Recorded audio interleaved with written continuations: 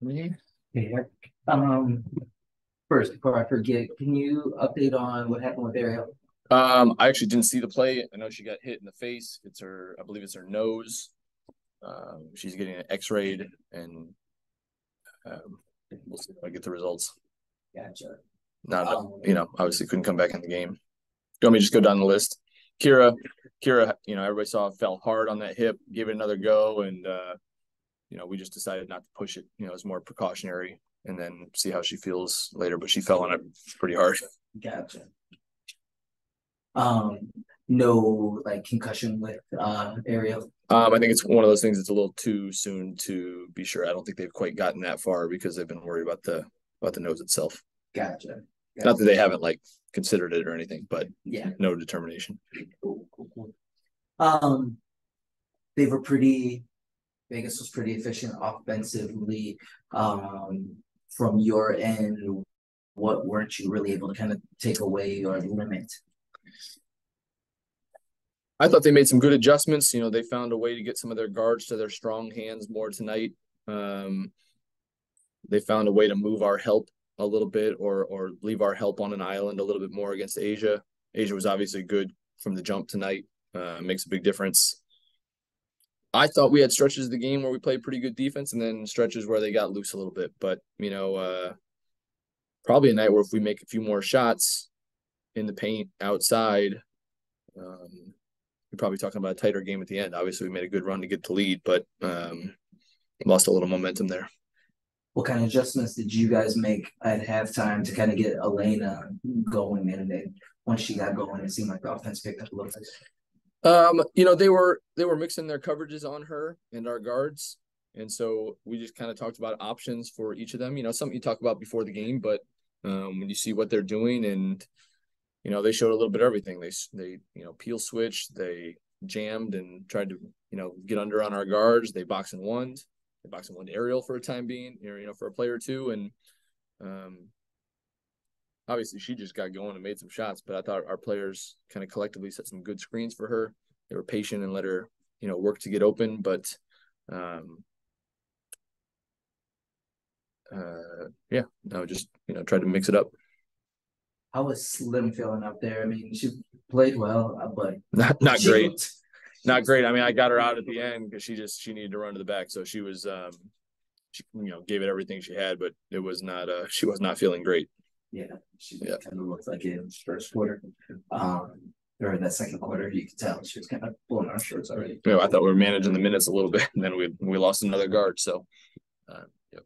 That was the last thing I was going to ask. When we talked before the game, you're already managing minutes. That's why I don't want to keep talking about it because it doesn't last. That's all I got. Appreciate it. Jen. Hey Eric, just picking up on Slim, even though she was kind of like laboring through that game, how important was it, from the team's perspective to have her out there at all? Like what kind of impact did she make since she could go at all? Yeah, I mean she's all the things that she normally does that she brings to the table: ball pressure, being able to get down the lane, made some open jumpers, draw help, create for her teammates, all the stuff she normally does. It was valuable.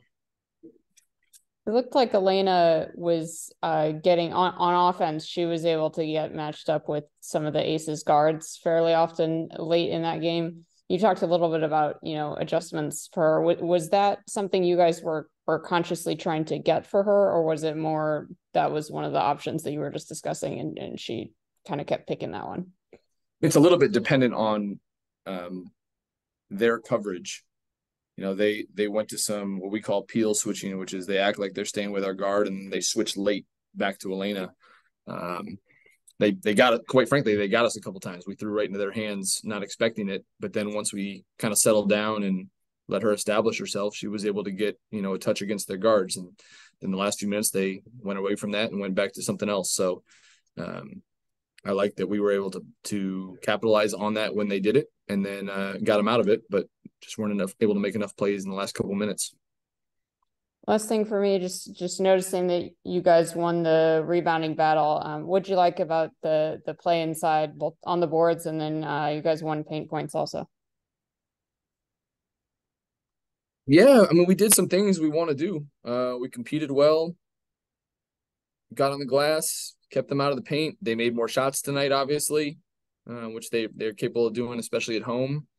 I thought our compete level was good. You know, we have it's not the old CBA quarter point system, but we had a bad first quarter. It's basically the difference in the game, you know. They made some runs, we made some runs. You don't have a lot of margin for error when you come in here, and we just had, you know, there's a few crucial plays. We threw, you know, got the 5-second call and a couple of loose balls that we didn't get in front of our bench, and they scored on. And sometimes that's enough to swing it. Thanks, Eric. Reem, whenever you're ready. Oh, I was waiting for them to say they're ready. Oh, my bad. Okay. Hey, y'all. No, it was a slow start, but you guys kind of rebounded, really kind of readjusted in that second half. But could it take me a little bit through that first quarter and you guys trying to, I guess, they were pretty efficient offensively that first quarter. Yeah, I mean, they're a great offensive team, especially on their home court, especially coming off of 2 losses. You know, you're going to get their absolute best. And they made some adjustments. I think they saw the last game how we were able to kind of pack it in and draw a crowd on Asia. So they spread the floor, put their shooters really far away. So we were kind of, in between being able to help on Asia or helping too much, and then they could kick it out for threes. So they did a nice job adjusting there, which made it tough for us. But I felt like we were able to kind of, get through it, get it back, compete harder. And then there were times shots weren't falling. We kind of just had to play through that. That's why the next thing you guys made your own adjustments in that third. What'd you guys do to kind of get yourself going a little bit there? Played harder. Yeah. Just played harder. Went into halftime, made those adjustments to where we needed to help, where we needed to start getting back to shooters and trying to disrupt them a little bit more, pushing our offense, really pushing pace against them because they're not typically great in transition defense, so just pushing the ball out. I think overall we just didn't make shots tonight. Like we started off slow and we got back into the game. I would say that the next 3 quarters we were fine. We just weren't knocking down shots tonight. And then to finish a game without A or Shakira stuff.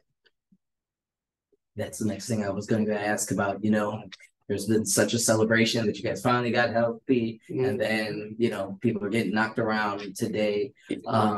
Does that not even phase you guys anymore because you're so used to it, or is it kind of like, oh shit, here we go again? No, it sucks. We love them, and we know what they have gone through mentally and physically to get back and to get healthy. So to see, them get hurt, or I don't know, what their timeline, all that is, but it sucks for them. So mainly just feeling awful for them. And as a team, we'll have to figure it out, but you just know what they've been through. It sucks. I went through it. It's brutal. So hoping they'll be all right. Quick and easy for me. Thank you. Okay. Tosh, BP drew you tonight. And is it weird to come in as an opposing player, especially someone of your caliber, whether you're dishing or playing D, to see someone like her with the mindsets she's had since she got in this league? She didn't put her first shot up until 6:25 of the third quarter. She focused more on defense. There was one play where she stole it from Lee. She drives down, she waits, and she feeds Kayla George for the 3. KP in the past would have taken that 3. What's it like from an opponent standpoint to see a different Kelsey Plum? I think Kelsey, KP, from the time that she came in the league until now, has grown so much as a player, as a leader, as a person.